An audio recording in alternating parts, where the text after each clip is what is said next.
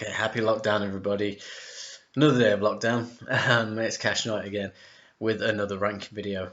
Today we're going into the world of Hairspray. Back in the day, this band is still continuing. So not much Hairspray these days. Don't know. Well, we don't know. Don't know. They might do. I doubt it.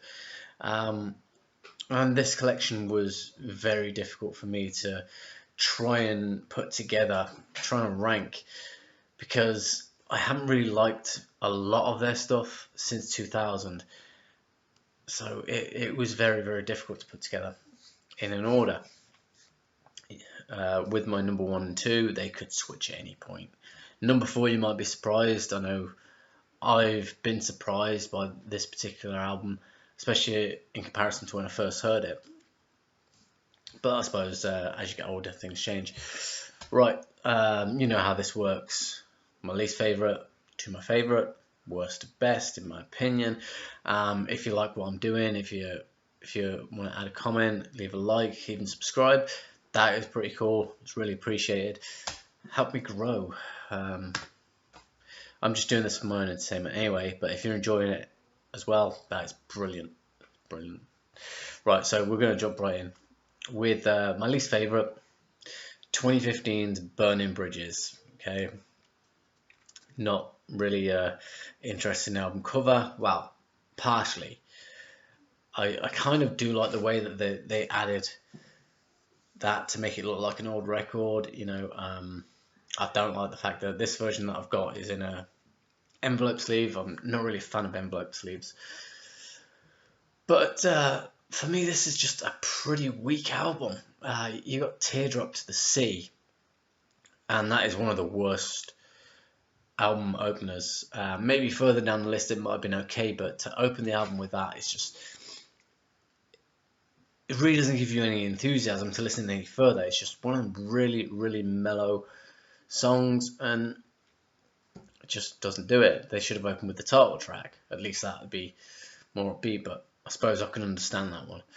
Right, this was possibly, I'm not too sure which way around it worked, the last album to feature Richie Sambora. I'm not sure whether he played on the album or he wrote some of the album. Not too sure. But yeah, We Don't Run is alright. Saturday Night gave me Sunday Morning. A bit of a weird ass title, but it's a good song. But it reminds me way too much of Nickelback, and I can't remember the name of the Nickelback song because I'm not a Nickelback fan. But I have heard the Nickelback song, and it's way too close to this. I did notice that in their more recent career, they have kind of revisited vocal melodies, guitar riffs, bass riffs, and tried to reinvent them and create a new song out of them. And to a fan, that kind of it's a bit of a kick in the teeth, I'm not too sure how to describe it, but you hear something that was good many years ago and they've changed the lyrics. You got We All Fall Down, Blind Love, Who Would You Die For, Fingerprints, Life Is Beautiful, I'm Your Man, and then the best song on the album, Burning Bridges. Great, I don't know, great little ditty track, nice. It's just there are some conspiracies about that song, whether it was about Richie Sambora, because obviously he left, but apparently it was about a management company or a record company. Can't remember which one. So yeah, that's the bottom of my list. Then we're jumping 30 years from that album to 7,800 Degrees Fahrenheit. I couldn't remember the name of the album. Damn. Well, I couldn't remember the number because I always refer to this as degrees. As you do with songs or albums, even bands. You kind of shorten down the titles.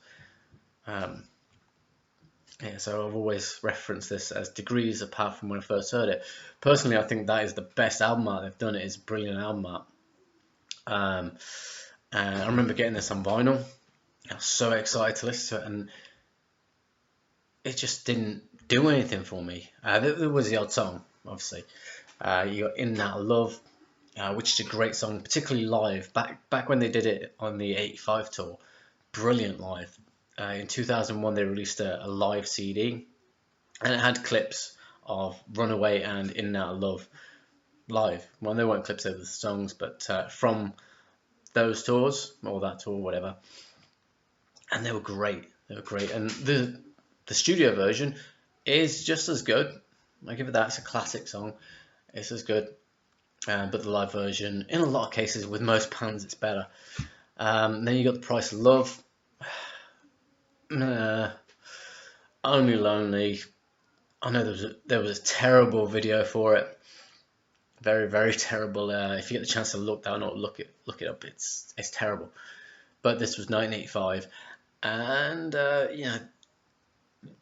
they were running off what the record company was saying, and the management was saying, you got to do this, you got to do that. The music industry was changing at the time, and you've got your whole life to write your debut album, and then you get signed. Well, you get signed with your debut album, obviously, and then the record company want another album, and you have like a year to write and record this second album. And in a lot of cases, it doesn't stand up as much as the debut. And this is one of those cases, unfortunately. You got King of the Mountain, which it kind of sounds, I hate to use the word, but amateur. It just doesn't sound like there was much thought put into it at all. Musically, lyrically, vocal melody, it just doesn't sound like they cared about that song. It's an understatement of a filler on an album, in my opinion. And then Silent Night, it doesn't do it for me. One of the best songs on the album, side 2, obviously on vinyl cassette, but track 6, Tokyo Road, I love that song. Again, it's great live, brilliant song. And that's followed by The Hardest Part of the Night is the Night, and that's a great riff. What they did with the video, there was a music video for it, and they mixed in live and studio. You know how videos do things different every now and again. That was a great aspect to it, and it's still a great song. Always Run to You, not really a fan. Into the Fire, no. Secret Dreams, again, just doesn't do it for me.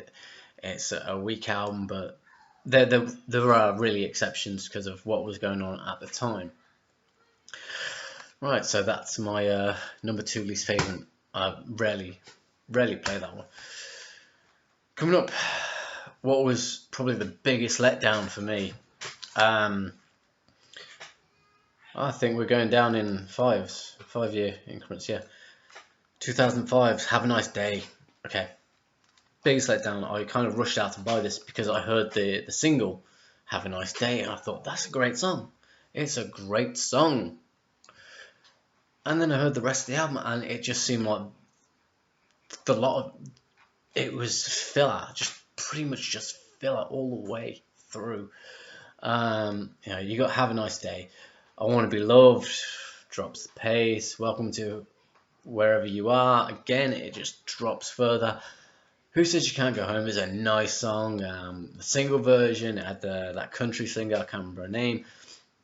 That was great. That was a good one of the good ones. Last Man Standing, I kind of like. Bells of Freedom, not really. Wildflower, really. Last Cigarette, that's a good sort of catchy song.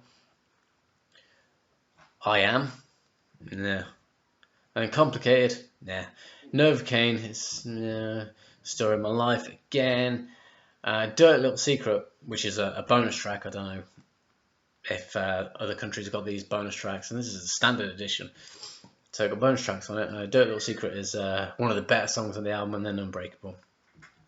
Not much to say, it just really disappointed me, and it put me off buying any Bon Jovi CDs for a long time, and I kind of just bought the rest to complete the collection over the years, and just didn't give it much thought. I did try again with the following album, and it didn't do much for me, and it's just like, No, you need to stop now.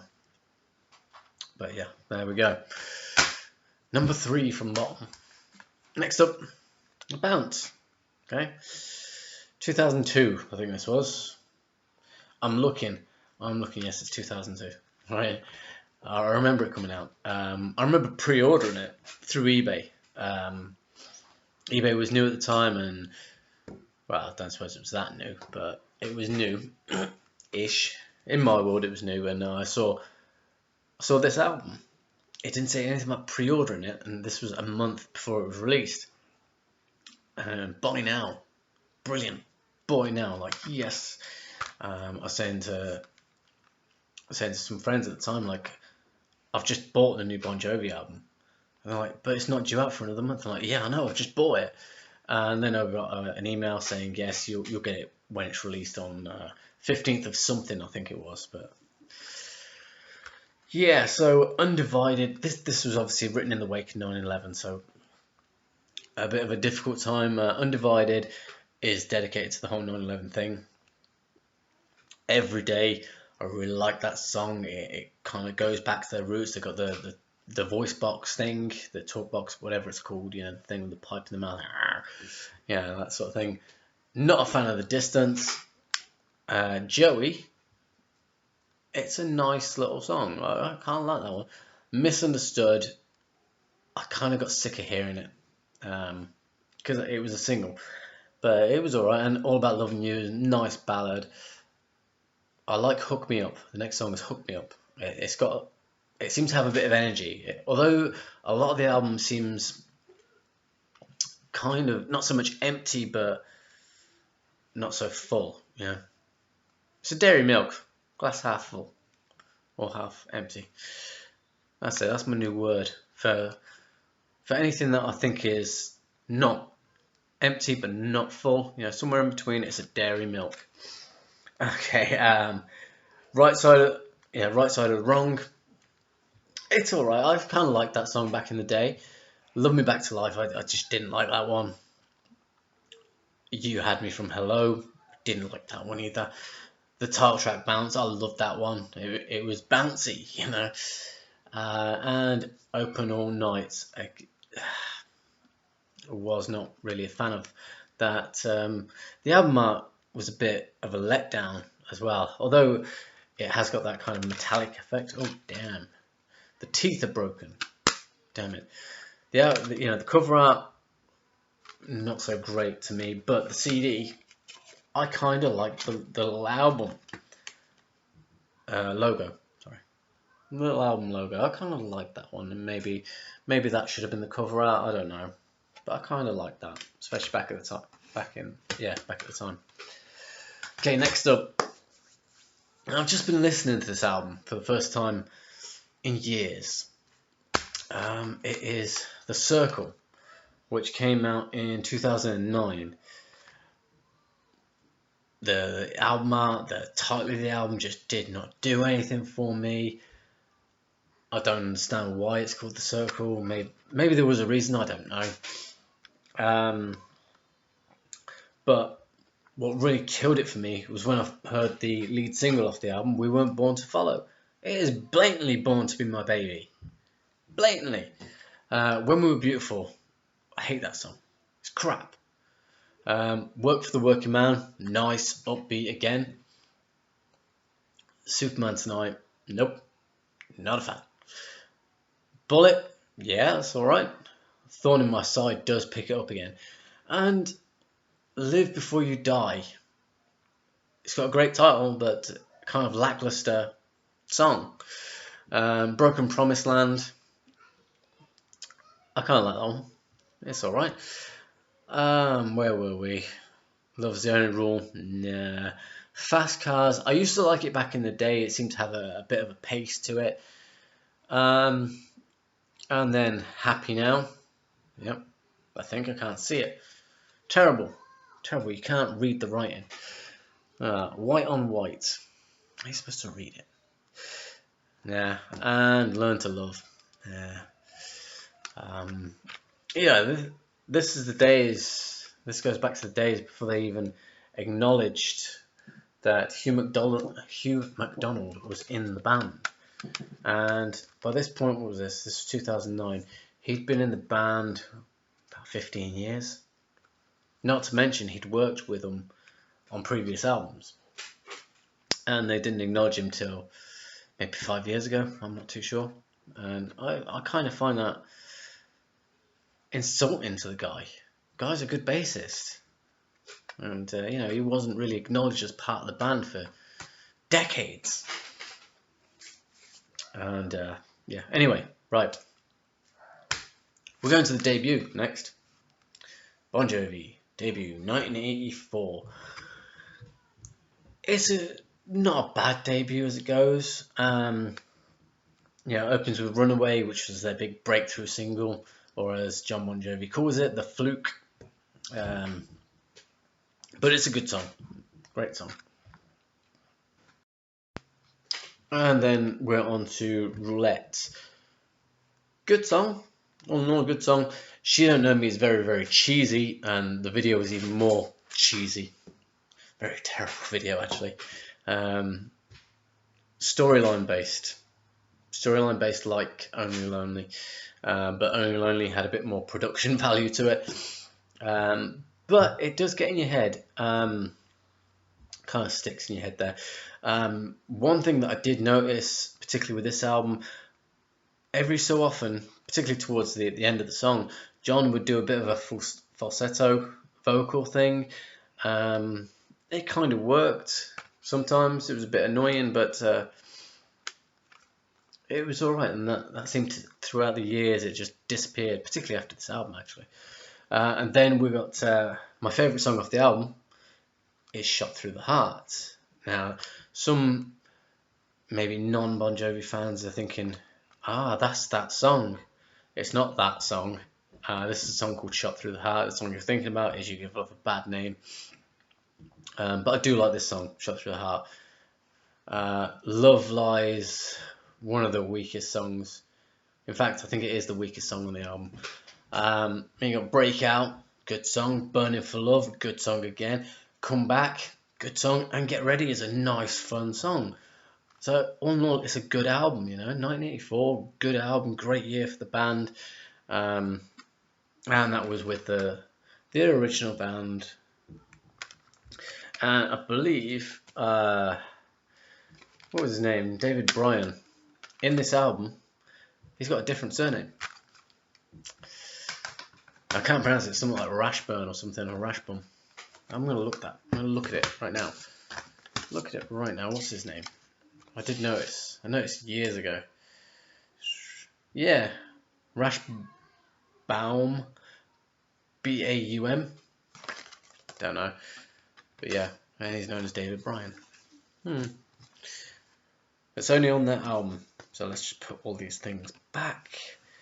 So many books. Right. Next up, we've got Lost Highway from 2007. Didn't even need to look at it. The title track is great. Summertime, You Want To is... Oh no, hang on, I'm getting confused with the layout. Sometimes alright. You Want to Make a Memory. Nah. Whole Lot of Leaving's good. I didn't notice that ever before. We got it going on. Again, I'm recognising, I think it was the bass line. In brackets, it's got With Big and Rich. Not too sure what that means. But anyway, it's got the Living on Prayer kind of bass line going through it. But it's a great song. Any Other Day. See You Next to You. Everybody's Broken. Till We Ain't Strangers Anymore. Featuring Leanne Rimes, The Last Stop, One Step Closer. You know what, this should be lower on the list. Just realised the thing that was sticking out in my head was Lost Highway, and we got it going on. Yeah, thinking about it, it should be lower on the list. When songs sort of stand out and you think, that's a great album because of two songs, it should be lower. Where lower? I'm thinking Bounce. Bounce lower. Lower than Bounce, perhaps. Yeah, we're gonna stick that. I'm changing it. Because you just forget. This is one of the albums you kind of forget. I'm gonna stick it after Have a Nice Day. So it goes Burning Bridges, Degrees, Have a Nice Day, Lost Highway. Yeah, I'm remembering it now, and I wasn't that impressed by the album. Typical. But yeah, like I said, it's one of the albums you just tend to forget. Don't know why. Next up, we got the official last album to feature Richie Sambora. What About Now? This was 2013. Was there something else in 2013? I have no idea. I remember saying 2013 at some point. Circle was 2009. I don't know. Anyway, this is 2013. Okay, Because We Can. I really like that song.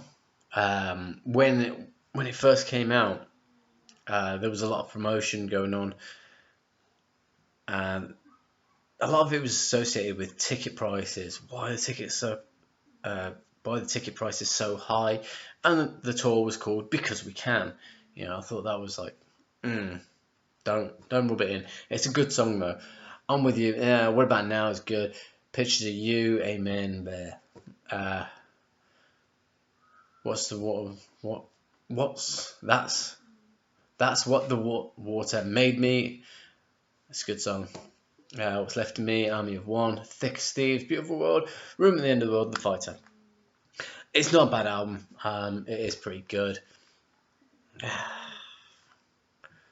I don't know. Like I said, since 2000, I haven't really been a fan as such. The stuff just doesn't do much for me. It's only the odd song. So that's all I'll say about What About Now. The only thing that really stands out is it was their last official album with Richie Sambora. Next up, Crush, 2000. This holds a lot of memories. Really does. And it's a good album. Apart from one track. There's one song that I really don't like on this album. I was in college at the time this came out, and I was in like a 80s hair metal kind of band with a bit of heavier influences. It kind of difficult to describe the kind of band we were in. I just couldn't sing. That's all it was. And our first gig, we covered "Lay Your Hands on Me." From there, everyone started calling me Bon Jovi. And as I was walking around the college, you'd have people singing "It's My Life" at me. At first, it was good, and then it just got really, really annoying. And years later, wow, 19 years later, something like that, my daughter starts singing "It's My Life" all the time. Like, I had enough of that album when it came out, that song when it came out. So "It's My Life." Say It Isn't So was a bit cheesy, a bit repetitive, and I wasn't that much of a fan of that one. Thank You for Loving Me, really nice song, powerful song. Two Story Town, really liked. Next 100 Years, really great song. Just Older, brilliant song. References a lot of things, and to me, it kind of it has this feel of a song called Blood on Blood. It's kind of hard to explain that one, but it's a great song. Actually, no, there's two songs I really don't like on here. I've just remembered one of them. The next one is Mystery Train. That's one of the ones I don't like. Way too mellow. Seems there's not a lot of effort put in. Much more of a filler. Save the World. Very powerful song. Captain Crash and the Beauty Queen from Mars. Loved it. Cheesy. And it's so easy to change Crash to Cash. And that's what I used to do if I was trying to practice singing, which I needed to do a lot more of. And it still never worked. I'd always change it to Captain Cash and the Beauty Queen from Mars. The next song that I hate on here, It's one of the worst songs in the whole catalogue. Is She's a Mystery. Really don't like it. Don't see the point in it. It's a lot like She Makes Me by Queen, although Queen is better. Right, and then it's followed by I Got the Girl. Great song. And One More Night. This is not the single version, the album version. So it's got this kind of cartoony keyboard thing at the beginning, and it kicks in. It's got so much power when it kicks in. The single version does have that slight bit more of a dairy milk, but this is a great song. It's longer than the single version, and it's one of my favourite songs on the album. And then there's a bonus track with I Could Make a Living Out of Loving You. To me, it's a good song. It's got a nice sort of, I won't say groove, but like a crunchy power chord thing going on. So it's a good one. Next up, I'm actually surprised. I was very surprised at this album. And I'm surprised that I ranked it higher than Crush, considering Crush has quite a few memories. But this blew me away, and I did not expect it at all. The most recent album, This House Isn't For Sale, or is not for sale. And you know what, I can't remember. 2016. Album art sucks. Album title sucks. The music. This is a damn good album. I could not believe it. Okay, you know, I was kind of in that camp, like, Richie Sampora's gone. It's gonna get even worse than what it's been, and I was wrong. Right, I can't remember the new guitarist's name, and it's not in the book. I've just checked before the video. I checked the book, like, what is his name? What is his name? You know, I should really check on my phone. I'll do that. Okay, so while I'm doing that, I'm going to pause it. No, I'm not, because my button ain't working. Right, so I've just looked up. The guy's name is Phil X, and I knew it had like a letter at the end, but I was thinking Z, whatever. You know, you got Roy Z, who famously worked with like Bruce Dickinson and whatnot. Yeah, this album, I just couldn't believe it. It breathes new life into Bon Jovi. I think there was only one ballad on it. Well, not so much even a ballad, and I can't remember what it was called. I think it was Scars on This Guitar, and it was okay. I give it that. You got the title track, This House Not For Sale, Living With The Ghost, Knockout, Labour of Love, Born Again Tomorrow, Roller Coaster, New Year's Day. I need to breathe. Okay. The Devil's in the Temple, Scars on This Guitar, God Bless This Mess, Reunion, Come On Up to Our House. All in all, like I said, it surprised me, and it could surprise any Bon Jovi fan or ex-Bon Jovi fan. Try this album out. You'll be surprised. And if it's going to be the same lineup on the new album, which is due out in May, Bon Jovi 2020, I wonder if they got a song called Corona. If it's the same lineup, I'm hoping they're keeping this sort of format. Even from what I remember, there was no recycled vocal melodies. It just seemed fresh again. You know, it seems good. You know how long they've been around for, but this seemed like it's one of their early albums to some degree. You know, but yeah, definitely check that album out. Next up, this is the one that surprised me. It's about me getting older, really, and maybe understanding music a lot more. When I first heard this album, I thought it was terrible. As I got older, I appreciated it more. I saw a lot more of the musical sort of influence and stuff. Right. These days, okay, I have 3 copies of this album, this being one of them. I've got the remastered version, and then I got the original version, and then I found the bonus disc version, so I had to get the bonus disc version. And it's not because I love the album. It mostly, when I got the remastered version, that was the first one I got. It was the only one available at the time. I didn't realise till quite a while later that it was missing a song, and I really wanted to hear this song. I eventually found a copy of the original version, and that song had been cut out so it could have the enhanced video stuff. You know, you put it in the PC and it would play a music video or whatever.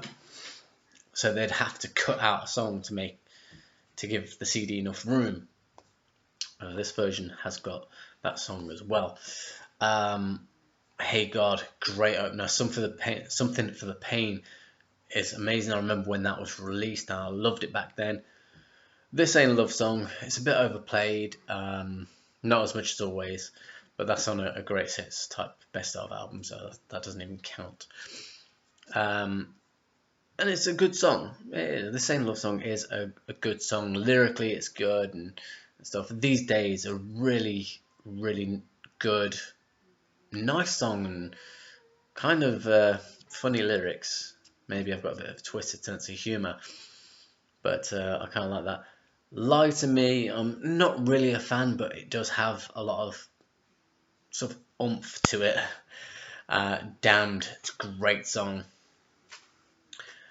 The next song, My Guitar Lies Bleeding in My Arms. Okay, it did seem mellow, but vocally it's got so much power, particularly as it climaxes. It's like, wow, it's a great song. It's Hard Letting You Go, not really not really into that one. Hearts Breaking Even, nice cheesy bounce along song. And then you got Something to Believe In. That is a powerful song. Not really just lyrically, but the way it climaxes, it's just amazing. If That's What It Takes, again, it's nice and bouncy, nice and cheesy. Diamond Ring.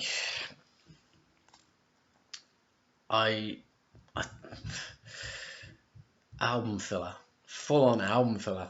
If anything, that should have been the one that was removed to put the video in for the remastered version. Okay, the one they cut out was All I Want Is Everything, and that is a great song. It's along the same lines as Something for the Pain, Almost These Days style. And like I was saying, I just had to pause it. All I Want Is Everything is one of the best songs on the album. It is a callback to some of the earlier stuff. And then it closes with Bitter Wine. It's a nice song, but again, those two could have been taken off the album to put the bonus remastered stuff in, and kept All I Want Is Everything, because I really do like that song. On this bonus version, the bonus disc version to whatever the hell it is, a special edition, you got Field of Fire demo. That's a great song. I Thank You, yeah. And then it's got a live cover of Mrs. Robinson, Simon Garfunkel. That's a good song. Good cover. Let's Make It Baby, yeah. Don't Like Mondays live. I think everyone's heard that with Bob Geldof. I think everyone's heard that.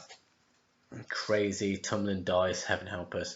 There's a bit of filler, it's all kind of live and demos and stuff, but it's nice to have. I'm not sure whether it's a better album out. It was kind of weird because I remember seeing the album and there was only 4. When it came out, there was only 4 of them on the front. I'm like, why? Why? There's 5 in the band. I didn't know at the time that Alec John Such had been fired. And this is where Hugh McDonald first came in for this album, like officially. But I think he's mentioned in the book. I'm not sure, but not in any of the pictures. Very sad. Next up is probably the one that would be everyone else's number 1. Slippery When Wet, 1986. Oh, by the way, that came out in 95. What says 96 here? Yeah, the bonus disc was 96. 95 was the album because I remember it coming out. Yeah, so 1986, Slippery When Wet. Probably everyone else's number 1 because of Living on a Prayer. But no, it is a good, solid album. Just having a look, I don't think, no, No, there is not a really bad song. I think no, it's a great album. Let It Rock, which is a great opener. You Give Love a Bad Name, everyone knows. Living on a Prayer, if you don't know that, where have you been? Social Disease is a good song, good solid song. Wanted Dead or Alive, again, it's a great song, and everyone knows it. Raise Your Hands, bit of a forgotten classic. It's brilliant live, and there's so much power in it. Without Love, it's a nice ballad. Um, Not one of the greatest ballads, but it's nice, and it's a better ballad than some of the more recent stuff. I'd Die For You, brilliant song. Never Say Goodbye, a forgotten classic. Not many people remember Never Say Goodbye since the release of Always, but that was the one. That was the ballad. And then to close the album, Wild in the Streets, again, brilliant song live, and it's great on the album. This is where they broke big, obviously. Made famous with the Pizza Parlor Jewelry, I think it was, where they played all of the songs to a load of kids at the back of a pizza place, a pizzeria or whatever the hell it was, and they sort of picked which songs should go on the album. So it'd be interesting to hear if the demos of the album. It'd be interesting to hear that lot, because these are the ones they like the most. And John really wasn't a fan of Living on a Prayer. It's like, it hurts my throat. But yeah, great album. It's a must in any collection, really. It's one of them classics that you've got to have. That's my third favourite. Strangely. So if you're a Bon Jovi fan, you know what two are coming up next, and these two can switch. Depending on my mood, they could switch very, very easily. New Jersey, 1988. Okay. Is going in for number 2. Now, don't get me wrong, I love this album. Very great album, very fun album. Lay Your Hands on Me holds a lot of memories. It was the first song I sang with my band. I say my band, but the band I was in. And that holds a specific place, in my heart, in my history, over anything else that I've done. It just seemed to mean a lot more to me, that band. So that was the first song, and just because I loved it, I loved the song, and like we had to cover various songs because we were in college. Like cover this, and pick your songs, whatever. It's followed by Bad Medicine. Imagine that, Bed Medicine. What if that was the song title? Your love is like bed medicine. Could work. Yeah, everyone knows that song, and that's great song live, great song on the album. Just all in all, it's a fun song. You know it. If you don't know it, look it up. It's easy. There's a promo video for it. Born to Be My Baby. If you haven't heard it, but you've heard We Were Born to Follow, or Weren't Born to Follow, listen to the original song. You'll see the comparison. This was however many years way before, and it's a great song. The video for it did that thing like they did with The Hardest Part Is the Night, where they kind of had a live bit at the beginning, and then it went to the studio version, and it's good. I like that, and it's a good song. Living in Sin. Not so much a ballad, but it's mellow, and it's a great song. Really, really good song. Next up, your Blood on Blood, and this is where the callback to, what was it, Just Older. Again, it's just a great song. It's all about brotherhood and whatnots, and practically every song on this album. Homebound Train, great song. Wild as the Wind. Yeah, I was trying to remember it then. Yeah, that's a great song. There is not a weak song on this album. I suppose the weakest is the last song, but it's a fun song. Ride Cowboy Ride, they did a really quick thing with a mono sounding record sounding cowboy track, and it's great, and it kicks into Stick to Your Guns, nice power. And it's got I'll Be There For You, which is a great, powerful ballad. 99 in the Shade, fun song again, just fun. And then the nice, fun Love for Sale, fun song. And this was the album where John Bon Jovi, or previous to this album, he'd ran off and got married to his high school sweetheart. And that's included in the song Love for Sale. It's like, you got to get home to your woman. Actually, it's John who says that to Richie. No, the other way around. I don't know. I can't remember. But yeah, that's the line. You got to get home to your woman. But yeah, my number one, my favourite album, like I said, this could change. Keep the Faith, the original version. Okay. I have got the remastered version, but I wanted to point out the original because, as with these days, the remastered cuts off one of the songs to fit in a live video. This, to me, is just, yeah, after the New Jersey tour, they kind of hated each other. They just went their separate ways. John went off and did a solo project, which he doesn't class as a solo project. It was a soundtrack for Young'uns 2. Richie went off and did his solo project, and the others just did whatever. Don't know. There's not much known about what everyone else did. And then they came back in 1992, 91, 92. They came back and worked on this album. And this album, it really shows they came together great. I Believe, just its power. The dairy milk's all the way full. You know, that glass is full with this album, and especially with that song. It's just, it's heavy in a hair sense, in a hairspray sense. It's heavy. Keep the Faith. Everyone knows that. Sleep When I'm Dead, fun song. Kind of holds a lot of meaning. It's just fun. And apparently that's great live. I can't remember. I know I've seen Bon Jovi twice.